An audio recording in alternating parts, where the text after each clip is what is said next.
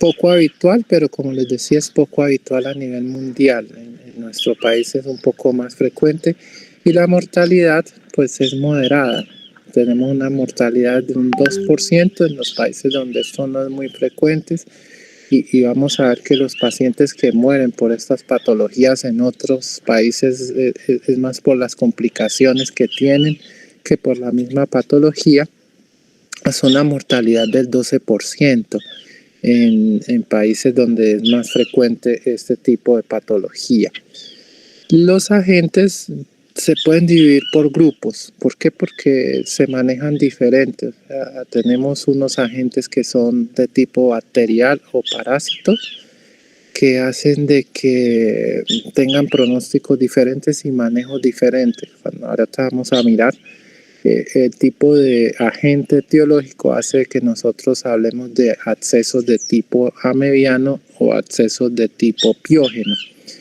Ocasionalmente, y ahora se ha reportado, son infecciones por hongos. Realmente esto es un poco exótico. Las infecciones por hongos o los abscesos fúngicos pues no son lo más frecuente ni es como lo que normalmente vemos y solamente lo vemos en pacientes con inmunosupresión. Eso no tiene ningún impacto importante dentro del absceso hepático. ¿Por qué? Porque el manejo casi que va a ser igual a un absceso hepático de tipo piógeno en este caso. Para no olvidar, el absceso hepático, pues siempre hay que recordar la anatomía hepática. Recuerden que el hígado es un órgano, digamos que es la glándula más grande que tenemos. Pesa hasta 1.5 kilos, es bien grande, mide 26 centímetros y está dividido, si se acuerdan de la anatomía, por dos lóbulos grandes, lóbulo derecho, lóbulo izquierdo, y hay unos que son los lóbulos accesorios, que es el lóbulo cuadrado y el lóbulo de Spiegel. Pues, esta división corresponde a algo que nosotros conocemos como los segmentos de Cuinar, que fue quien describió primero esto. El anatomista Cuinar lo describió ya hace más de 3, 4, no, como 5 décadas fue, porque ya estamos en el 2000 y piquito, 5 o 6 décadas se hizo la descripción por Cuinar. Y estos segmentos que ustedes los pueden ver en la diapositiva hacia el lado derecho, son los segmentos que corresponden a áreas, podríamos decir son áreas que funcionan de tipo independiente. ¿Con esto qué quiero decir? Si ustedes ven bien la grafiquita, cada uno de estos segmentos tiene un vasito, una vía biliar, un vaso arterial o venoso que funciona de forma independiente. Y esto es una ventaja grande que tiene el hígado. ¿Por qué? Porque esa independencia le va a permitir que funcione como una ciudad, donde cada barrio tiene su circuito independiente y eso que permite que, por ejemplo, el hígado sea un órgano que tiene capacidad de recuperarse mucho más fácil. ¿Por qué? Porque tenemos ese relevo. Si no funciona bien este segmento, pues se va a relevar con los otros segmentos. Entonces, la función hepática no se pierde, a diferencia de los otros órganos como riñón, como podemos decir como páncreas, como el resto de órganos, funcionan de forma, podríamos decir, de forma uniforme. No, el hígado funciona por segmentos y cada segmento tiene su cuento independiente. Acá en la otra diapositiva es para mostrarles entonces cómo es la distribución. Sabemos nosotros que el flujo del hígado, la irrigación hepática corresponde a una vena que es la más importante, que es la vena porta. Recuerden que la vena porta recoge todo lo que viene de la parte intestinal y lo lleva al hígado para que haga su proceso pues como de filtración. Entonces todo lo que nos llegue al intestino casi que tiene que pasar por este peaje que es el hígado.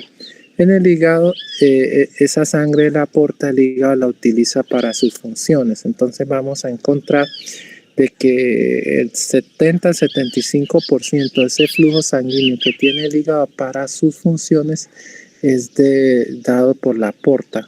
Esto quiere decir que la sangre que llega oxigenada al hígado no es muy importante, es decir, no llega directamente como a los otros órganos, que llega por la parte arterial.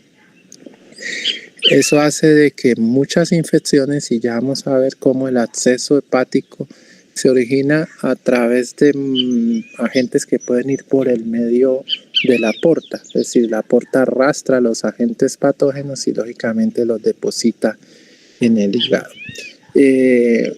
La parte venosa total, podríamos decir la completa, dada por las venas suprahepáticas. Recuérdense que tenemos unas suprahepáticas, son 3, una derecha, una izquierda intermedia y la otra izquierda, que es la más lateral. Estas llegan hasta la vena cava inferior. Bueno, entonces toda la sangre luego se va a ir por aquí, por la vena cava, y es la que va a llegar al corazón. Entonces, ya hablando un poco de lo que es el absceso hepático, vemos que es una enfermedad mucho del sexo masculino. Realmente nosotros no tenemos abscesos en mujeres muy frecuentemente. La mayoría son hombres jóvenes, es decir, hombres que están en etapa laboralmente activo. Vamos a ver que dependiendo del área geográfica donde estemos, hay unos agentes o unos elementos que facilitan de que los pacientes hagan o no el absceso hepático, y de esto depende que se presente. Miramos que la mortalidad venía siendo muy alta, sí, pero con la inclusión de la ecografía, es decir, que ya tenemos más acceso a la ecografía, los procedimientos percutáneos, que también les voy a mostrar cómo se hace esto, que son las punciones y drenaje, ha disminuido un poquito esta mortalidad de forma importante. En Colombia realmente no hay mucha publicación sobre abscesos hepáticos. La última publicación de abscesos hepáticos se hizo ya hace más de 20 años, que la hicieron los antioqueños, en donde midieron los factores etiológicos y todos los elementos asociados al absceso hepático, pero pues realmente lo que se descubrió es lo que ya nosotros actualmente conocemos, en donde en nuestro país la principal causa de absceso hepático son las amibas. Nosotros no tenemos abscesos hepáticos biógenos en una forma importante, pero los abscesos amibianos son la primera causa de absceso hepático a nivel de Colombia. ¿Listo? Entonces, hablábamos de que los agentes etiológicos son varios, bacterias y amebas básicamente, aunque pues ya les decía, los hongos también tienen que ver, pero pues esto no impacta de forma importante. Y las vías de diseminación, entonces, cómo llegan esas bacterias y esos parásitos al hígado, pues son varias. Las más importantes son la vía biliar. A través del tracto biliar las bacterias llegan al hígado, es una forma más utilizada en un 40%, y la otra es la que estábamos hablando, que es la del sistema porta, la vena porta. Entonces también aporta una buena parte de esta etiología, y esa vena porta utiliza todo ese riego sanguíneo. Las bacterias y los parásitos se meten a través y viajan por todo el torrente sanguíneo portal. Miren que las otras causas son menos frecuentes, las estructuras vecinas, bacteremia, es decir, la parte arterial en este caso, traumatismos hepáticos directos, es decir, inoculación directa del germen al hígado, y aquí aparece una que también la van a encontrar frecuentemente, y es la llamada vía criptogénica. Esta vía criptogénica es la que nosotros describimos cuando no encontramos realmente una causa externa, es decir, no tiene el paciente bacteremia, no tiene infecciones en otros sitios, no tiene infecciones intraabdominales, no hay datos de enfermedad por anemia. Entonces se dice que aparece esta vía criptogénica, que la vía criptogénica es que se origina directamente a nivel hepático, es decir, no tomó una vía alterna, sino que se originó ahí mismo dentro del hígado. En el estudio que reportaron los antioqueños, ellos sí comentaban, y eso es importante, dice que muchas de esas vías que conocemos como criptogénicas realmente corresponden a amibas, sino que no se han hecho los diagnósticos histológicos ni los diagnósticos etiológicos confirmatorios de forma oportuna. Entonces, eso es otra forma de decir que las vías, podríamos entonces concluir que las vías más frecuentes de diseminación de los gérmenes al hígado son la biliar, la portal y la criptogénica. Entonces, aquí está cómo se ven. Entonces, tenemos las portal, la biliar, la arterial. Ya vemos que la portal utiliza entonces todo lo que está en el tracto gastrointestinal. Aquí incluye las infecciones como las apendicitis, las infecciones por neoplasia, los abscesos, todos estos elementos pues están ahí formando parte de todo este proceso. Está la vía biliar, que son todos los procesos biliares, las vías infecciosas, las complicaciones derivadas de la cirugía y las lesiones persistentes. Entonces vemos aquí cómo la vía portal tiene un papel importante en nuestro medio, entendiendo de que las amibas, y ahora vamos a ver, las amibas son las más frecuentemente generadoras de infección hepática en nuestro medio. Entonces la sintomatología va igual, realmente uno no puede encontrar como una diferencia entre los abscesos hepáticos biógenos y los abscesos de tipo amibiano. Lo único teniendo en cuenta es, por ejemplo, la fiebre y los escalofríos, que se dan el 90%, es más frecuente en los abscesos biógenos, pero el resto de síntomas como el dolor abdominal, el malestar general, en las amibas vamos a encontrar que hay también presencia de sintomatología gastrointestinal, un antecedente muchas veces de gastroenteritis por amebas o diarreas, entonces lo hace uno pensar un poquito en este tipo de cosas. ¿Qué es importante? Que acá los signos clínicos sí son muy distintos y confunden mucho, porque si ustedes se ponen a ver, se parecen a cualquier cosa. Miren que los pacientes pueden tener hepatomegalias, pueden tener ictericia, pueden tener dolor torácico, tienen hallazgos radiológicos anormales como elevación del hemidiafragma, que ahora vamos a mirar eso, y sensación de masa. Entonces uno mira esto y todas estas cosas pues se pueden parecer a muchas otras patologías.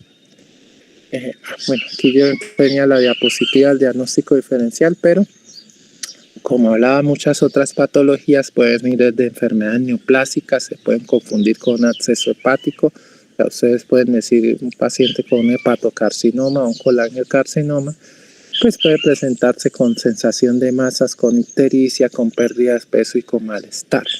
Ahí lo importante es siempre tener pues la agudeza de decir cuánto tiempo lleva, y por eso un interrogatorio bien dirigido va a ser muy importante. La colangitis también se puede dar con fiebre, malestar, ictericia. Vemos que aunque la ictericia no es un síntoma frecuente en el absceso hepático, un absceso hepático sí puede dar ictericia, así no tenga lesiones de la vía biliar, hasta en un 40%. ¿Y por qué puede dar ictericia? Pues por el daño hepático básicamente. Entonces son pacientes que no tienen una patología obstructiva, no es colestásica, pero hacen ictericia por daño hepático. Y ya dividiendo los abscesos de acuerdo a su agente etiológico, entonces tenemos que el principal es el absceso hepático amebiano.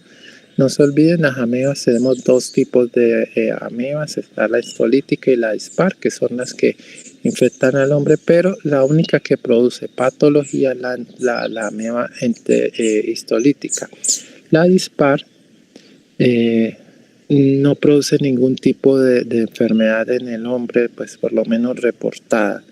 Y este diagnóstico de etiología, miren que no es muy frecuentemente que uno lo pueda determinar, Y el hecho de tener ameba pues tampoco indica que vaya a tener acceso. Solamente un 3 a un 7% de los pacientes con una amebiasis importante llegan a tener algo de accesos hepáticos. Entonces no es que si tengo ameba voy a tener un riesgo alto de acceso hepático, no. Es poco probable que hagan acceso. Depende de muchas condiciones y las características individuales del huésped.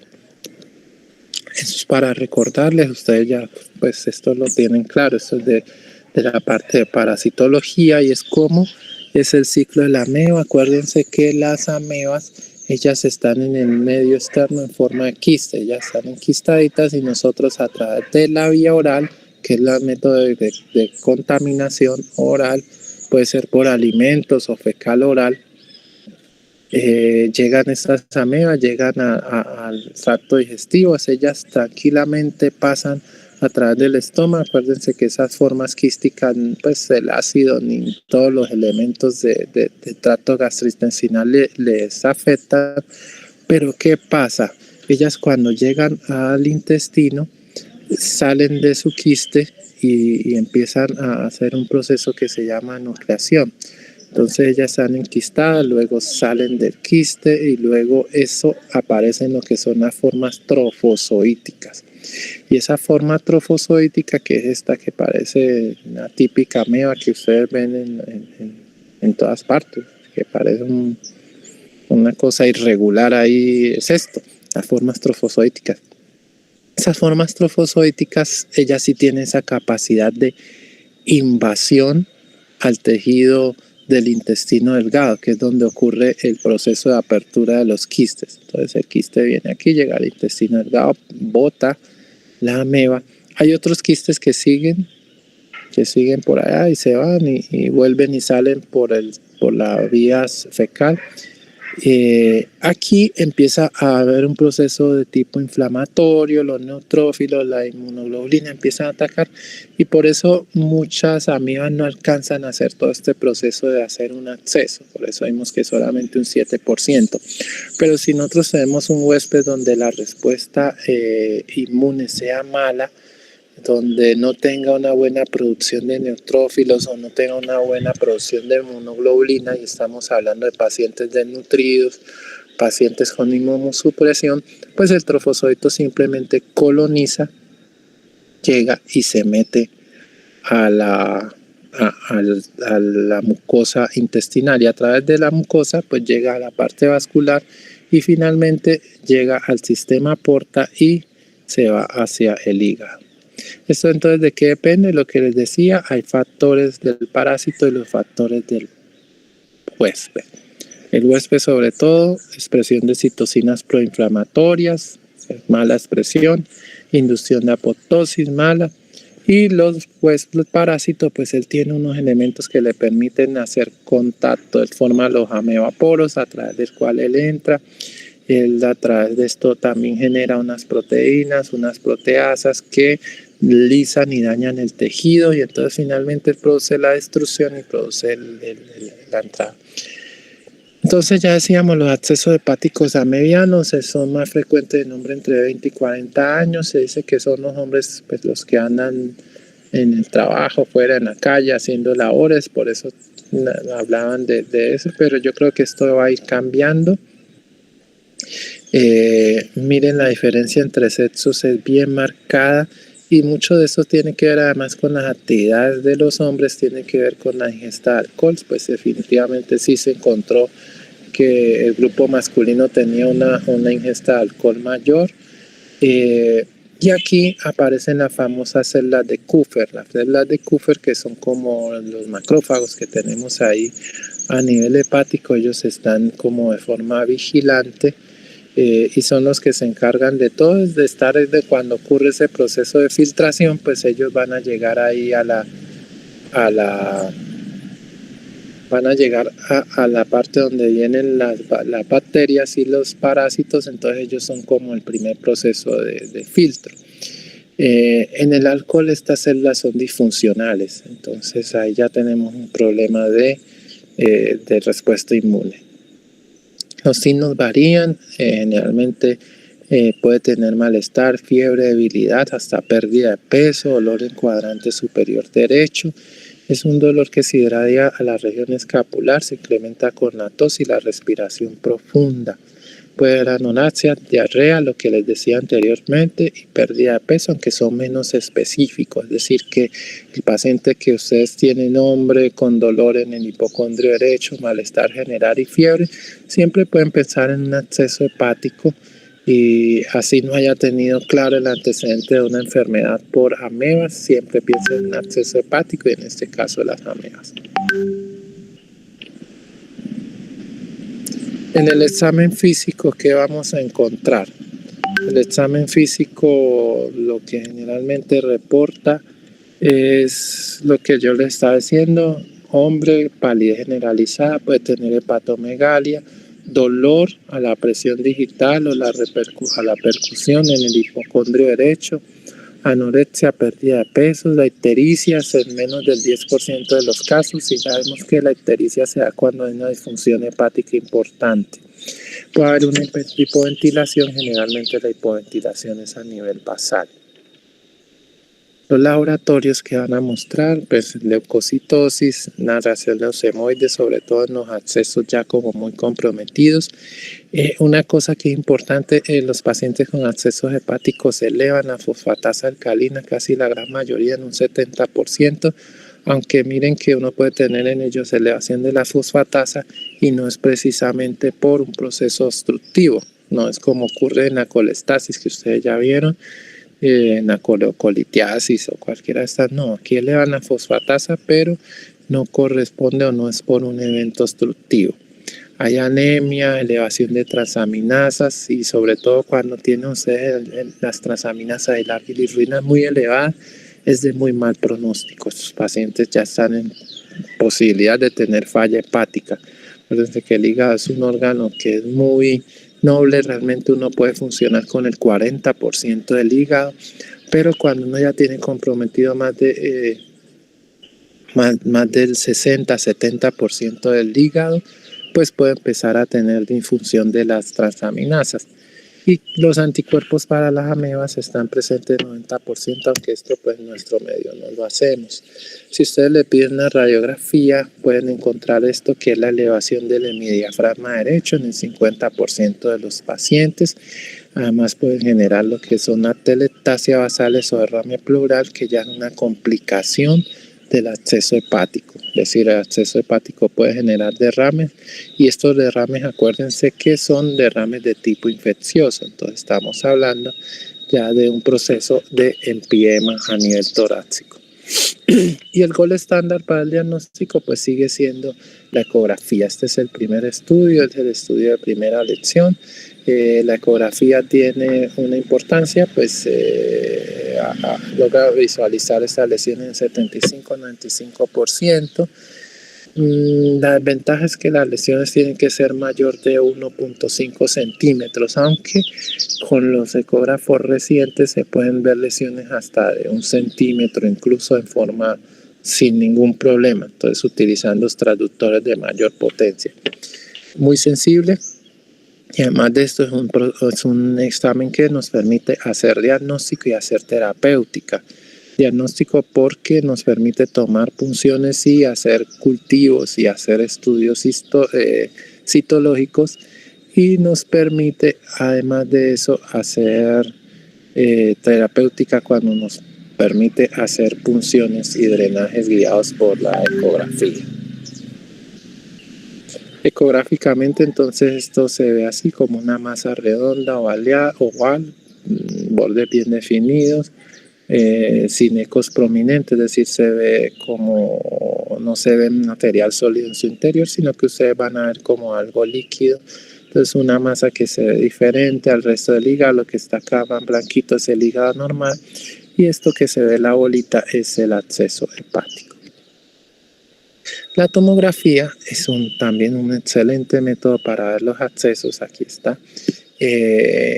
Es buena para las lesiones pequeñas, las lesiones de menos de 1.5 centímetros, pero cuando lo vamos a utilizar, cuando la ecografía no nos permite aclarar la presencia o no del absceso. Es decir, la tomografía debe ser un examen de segunda línea para el manejo de lo que es el diagnóstico diferencial.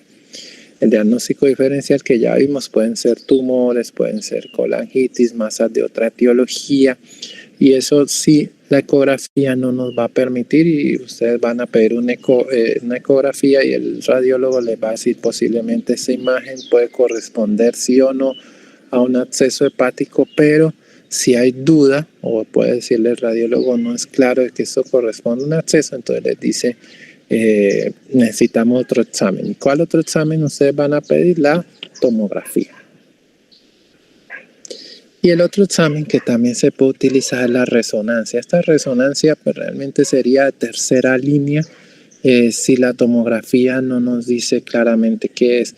Pero la resonancia tiene su utilidad más cuando es una patología que requiere tratamiento quirúrgico, es decir, una masa o un tumor, y necesitamos delimitarlos. Pero realmente uno, en términos de definir un absceso con la ecografía y la tomografía, es suficiente. Esta resonancia es buena porque ve lesiones muy pequeñitas, es decir, ellos les ven lesiones de menos de 1 centímetro, de menos de 0,5 centímetros, ya les puede decir si corresponde o no a un absceso. Pero en términos prácticos es un examen que para absceso hepático realmente no tiene utilidad pedirlo, no lo deberían pedir, excepto de que ustedes van a pensar o que sea otra cosa diferente al absceso hepático como un tumor. Acuérdense que los tumores lo vimos como causa de abscesos, y la enfermedad neoplásica pues sobreinfectada genera generalmente un absceso. Un tumor que se necrose pues va a generar un absceso hepático, y en estos casos sí sirven las otras imágenes. Y el otro absceso es el absceso hepático piógeno. El absceso piógeno es un absceso que es causado por bacterias, a diferencia del otro que era por amebas. Este es por bacterias netamente. Generalmente es monomicrobiano en un 60%, pero podemos tener varias bacterias, incluso hongos ahí metidos dentro del absceso hepático piógeno. El germen más común son los bacilos gram negativos en un 40-60%, y dentro de eso es el más común en el hígado, es la Klebsiella pneumoniae. Los abscesos hepáticos, entonces, su incidencia varía mucho de acuerdo a la parte geográfica. Como les decía, en nuestro medio no es muy frecuente. Miren que a nivel mundial tampoco es como una cosa que lo encuentren mucho. Realmente estos abscesos hepáticos se encuentran en una población especial. Este sí no es tan diferente entre hombre y mujer. Acuérdense que el otro era como 1,7. En ese sí nosotros podemos encontrar casi que igual entre hombres y mujeres, 2.5 sobre 1, o sea, 2.5 hombres y una mujer pueden tener un absceso hepático. Y una característica es de pacientes ya mayores, o sea, pacientes no como los jóvenes del absceso hepático a mediano, son pacientes ya mayores. Y los factores tienen que ver mucho con la respuesta inmune. Miren que aquí, por ejemplo, tenemos pacientes con una pobre depuración de microorganismos, entonces estos sí tienen mucho problema con las células de Kupffer, más que el del absceso amebiano, que es generado por una disfunción. Las citoquímicas son malas, los neutrófilos son malos, la afectación fagocítica de estas células de Kupffer es mal, o sea, los macrófagos no hacen muy bien eso. Entonces, con esto ustedes ya se van dando cuenta qué tipo de pacientes van a tener los abscesos hepáticos piógenos. Y vamos a saber que los pacientes inmunosuprimidos, los pacientes con mala respuesta inflamatoria, pues son los pacientes que van a tener todo este tipo de patología. Agregado a esto, de pronto no lo puse aquí. Agregado a esto, los pacientes que van a tener absceso hepático piógeno, pues ya son inmunosuprimidos, pero aquí incluimos los pacientes donde se les hizo intervenciones a nivel de la vía biliar, es decir, pacientes que se les hizo una CEPER, puede ser, pacientes que se les hizo una cirugía hepática o se les hizo una derivación biliar entérica, pacientes con hepatectomías, con manipulación previa a nivel hepática, con traumas, pues esos pacientes sí van a tener definitivamente infección por bacteria.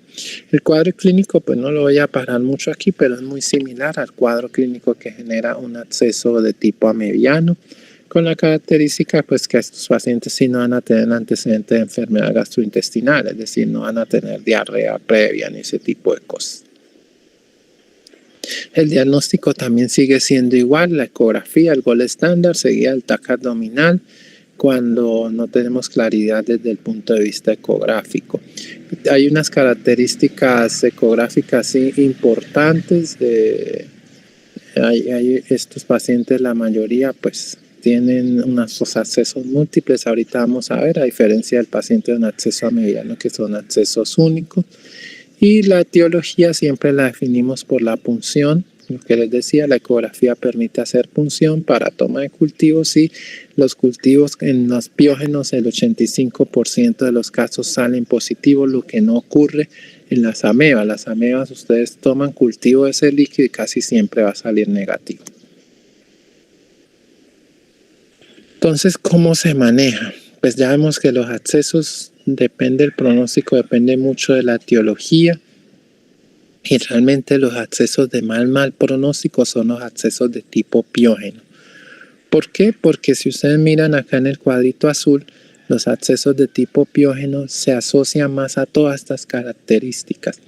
Entonces las complicaciones de los accesos sin tratar se pueden dar hasta en un 60%. Si ustedes no tratan un acceso, del 60% se van a tener una complicación. Incluso hay complicaciones que llegan a tener una mortalidad de un 100%, como son las complicaciones asociadas al derrame pericárdico por ruptura del acceso hacia el arco pericárdico, ese derrame pericárdico, esa infección del pericardio tiene una mortalidad del 100% si no es tratada, entonces se convierte en una urgencia.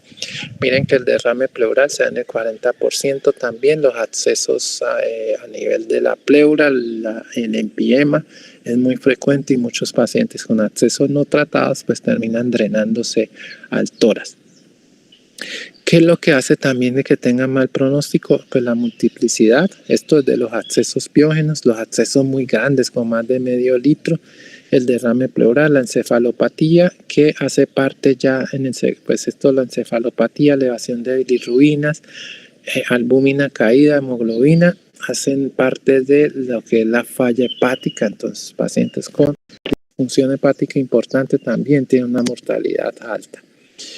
Y miren aquí, esto sí ya es para resumirles entonces las diferencias entre los dos tipos de accesos, ¿no? El amebiano y el otro piógeno.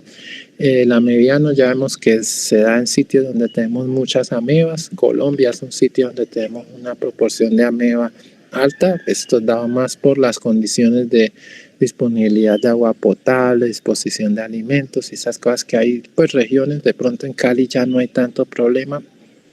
Bueno, en Cali de pronto en los sitios de invasión y los sitios donde todavía no hay acueducto adecuado, todavía utilizan agua de pozos y aguas no tratadas. Entonces en estos sitios vamos a tener un impacto más alto de accesos amebianos.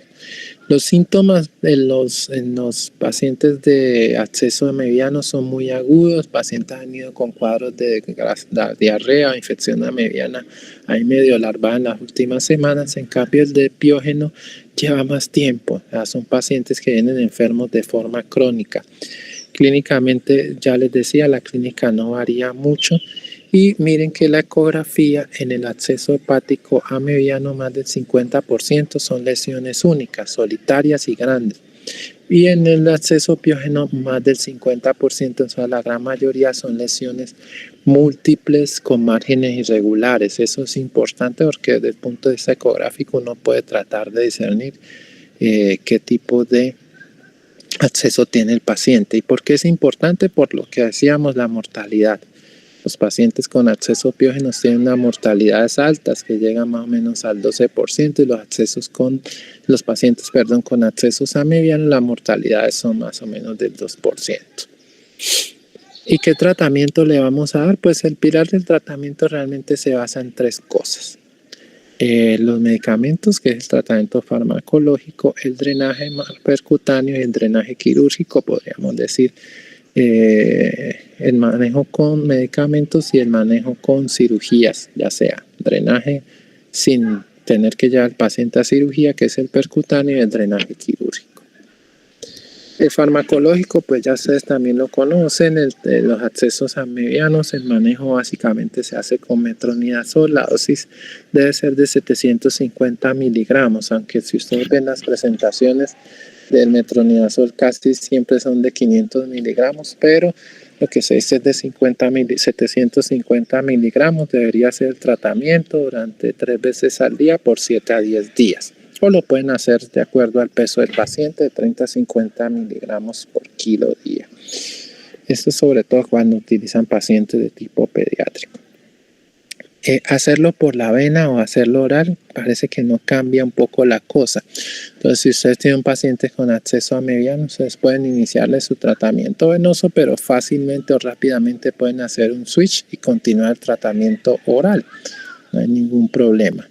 Y no olvidar de que siempre después de que uno termina de hacer el tratamiento con las amebas, los quistes siguen ahí, entonces hay que tratar las formas quísticas. Estas formas quísticas se tratan con este medicamento que se llama teclosano, Falmonox, que se consigue en nuestro medio, y se hace un tratamiento generalmente después de que ustedes terminen de hacer el tratamiento para las amebas, pues le van a tratar esas quistes con Falmonox. Eso vienen las 3 tableticas, se la dan al paciente a los 8 días después de terminar el tratamiento y le repiten la dosis a los 15 días. ¿Cómo estamos de tiempo? Nos faltan 15 minutos para que se acabe la reunión. Bueno, me avisan cuando falten 5 minutos, ¿vale? Listo. Y para los accesos piógenos, ya el tratamiento sí tiene que ser un poco más agresivo. Y no lo vamos a hacer pues solo con metronidazol, sino que siempre hay que agregarle, además del metronidazol, agregarle un antibiótico. Y acuérdense que eso, aunque son polimicrobianos, la mayoría de gérmenes ahí, recuerden que eran los gram negativos, entonces siempre hay que ponerle un tratamiento para gram negativos. ¿Cuál le pueden poner? Pues existen estas combinaciones, puede ser metronidazol. Los aminoglucósidos anteriormente se utilizaban, pero acuérdense que esta gentamicina se asoció mucho a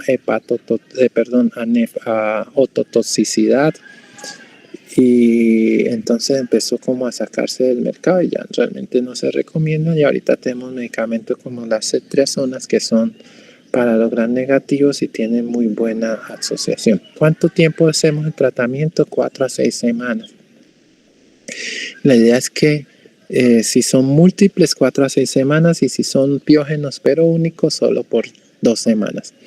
¿Cómo hacemos nosotros el tratamiento? Siempre lo arrancamos de forma endovenosa, y si hay que tratar de siempre hacer el switch, pues ustedes no pueden dejar al paciente hospitalizado 6 semanas si son múltiples, aunque hay pacientes que por su complejidad pueden necesitar, pero ustedes pueden luego pasar a tratamientos orales, sobre todo con estas quinolonas, la ciprofloxacina, ustedes la pueden terminar para que los pacientes terminen sus 15 días o un mes de tratamiento, no hay ningún problema.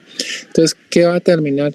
Si ustedes hacen un tratamiento de 4 o 6 semanas, el número de accesos. Si son múltiples, vamos a hacer un mes. Si son únicos, vamos a hacer solamente 15 días, ¿de acuerdo?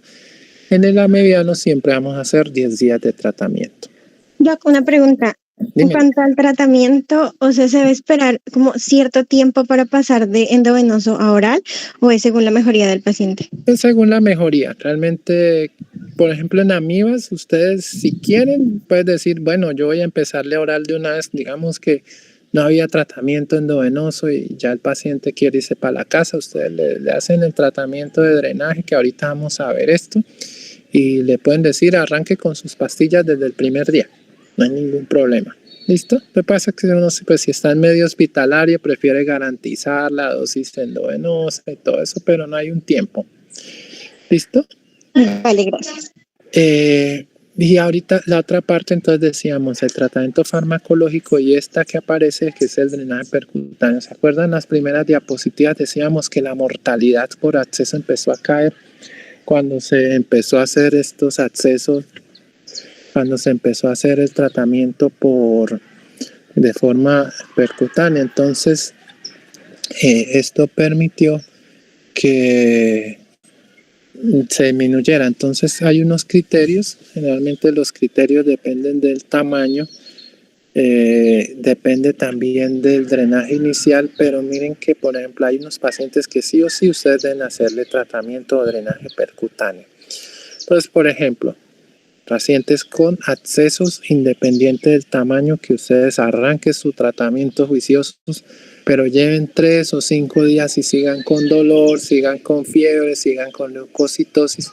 Este paciente, así el acceso sea pequeño, tienen que hacerle un drenaje. ¿Listo? ¿Por qué? Porque el drenaje les va a permitir disminuir el foco y hacer diagnóstico etiológico. Puede ser que uno no le esté dando al germen que es, entonces es importante. Los que son accesos mayores de 5 centímetros, sí o sí, tienen que hacérsele siempre drenaje percutáneo. Los pacientes con acceso localizado en el lóbulo izquierdo, aunque esto es una condición relativa, acuérdense que era lo que les decía, la mayor complicación de esto es el drenaje hacia el pericardio. Entonces los accesos del lado izquierdo producen una mortalidad muy alta que llega hasta un 100%. Entonces, por eso es importante tener esto como un criterio, aunque no es absoluto, sí es un criterio relativo. La distancia entre el acceso y el diafragma menor a 2.5 centímetros, duda diagnóstico, drenaje mayor de 250 centímetros o la inminencia de ruptura, que por ecografía el radiólogo se los va a decir si hay inminencia de ruptura. Entonces el radiólogo les dice, mire, la cápsula del acceso es irregular o está muy pegada a la superficie, y estos pacientes sí o sí ustedes tienen que hacerle drenaje percutáneo antes de que se rompan. Y esto es vamos a ver si esto es, bueno, esto es más o menos como se ve el drenaje. Aquí hay una característica muy especial, si lo alcanzan a ver, el drenaje del acceso a mediano tiene este color, ya ustedes con esta imagen no se van a olvidar, que es como, perdón, como leche achocolatada. Así se ve el acceso a mediano. A diferencia del acceso piógeno, se ve como pus, es verdoso, y eso es una diferencia semiológica importante. Entonces, esto es para mostrarles, hay metaanálisis donde muestran cómo la mortalidad se disminuyó agregándole el drenaje percutáneo.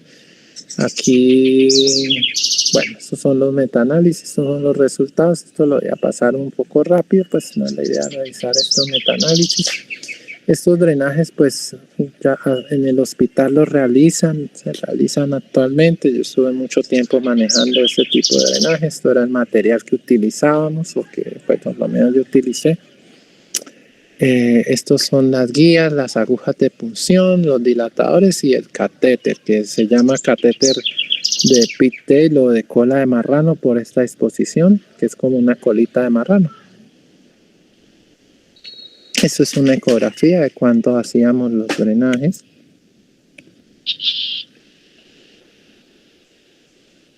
Por ejemplo, aquí está, este es el acceso. Sí, lo que uno hacía, lo que hace es uno es localizarlo con el ecógrafo. Aquí está el ecógrafo, el paciente pues vestido y todo eso. Y lo que uno hace es primero poner la anestesia, luego hacer la punción en el sitio del acceso. Eso se hace todo con anestesia local y luego se pone.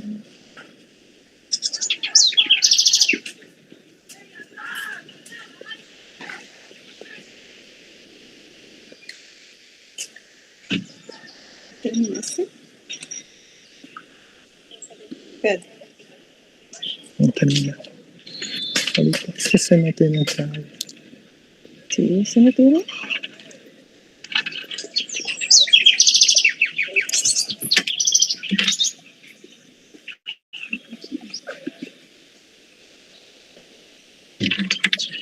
Bueno, el drenaje quirúrgico, pues es el drenaje que... Un segundito. Se me fue el audio. ¿Ahí me escuchan? Sí, doctor. Drenaje quirúrgico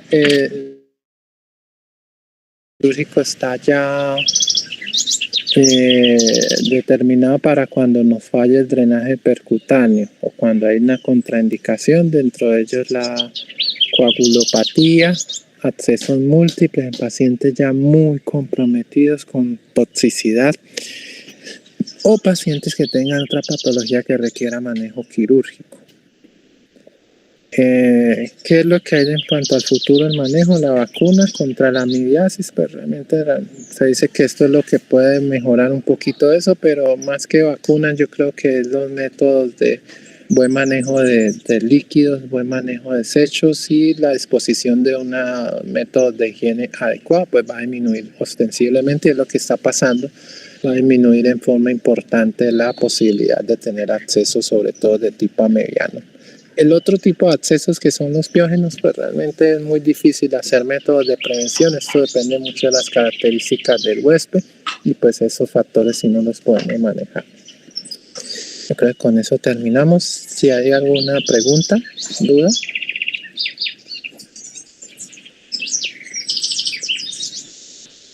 Hola. Hola, yo tengo una pregunta. En cuanto a los laboratorios que uno manda, aparte pues de un cuadro hemático y puede que haya leucocitosis o algo, ¿hay una prueba específica en la que me pueda diferenciar entre un acceso amebiano y uno piógeno? Pues realmente sí. Uno puede pedir serología para amebas. El problema es que la serología que se utiliza, realmente la disponibilidad en nuestro medio es muy baja.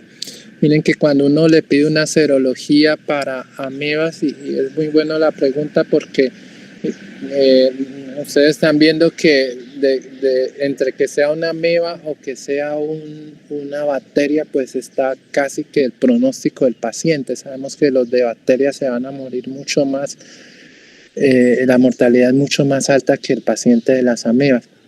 Pero la serología de amebas que uno la puede pedir, que le mide la inmunoglobulina y todos estos métodos de electroforesis pueden permitirles a ustedes definir si es una ameba o si es una bacteria. Sale positiva en el 90% de los pacientes con amebas, se las puede diferenciar. El problema es la disponibilidad. Por ejemplo, si ustedes lo piden en el San Juan de Dios, no se los van a hacer.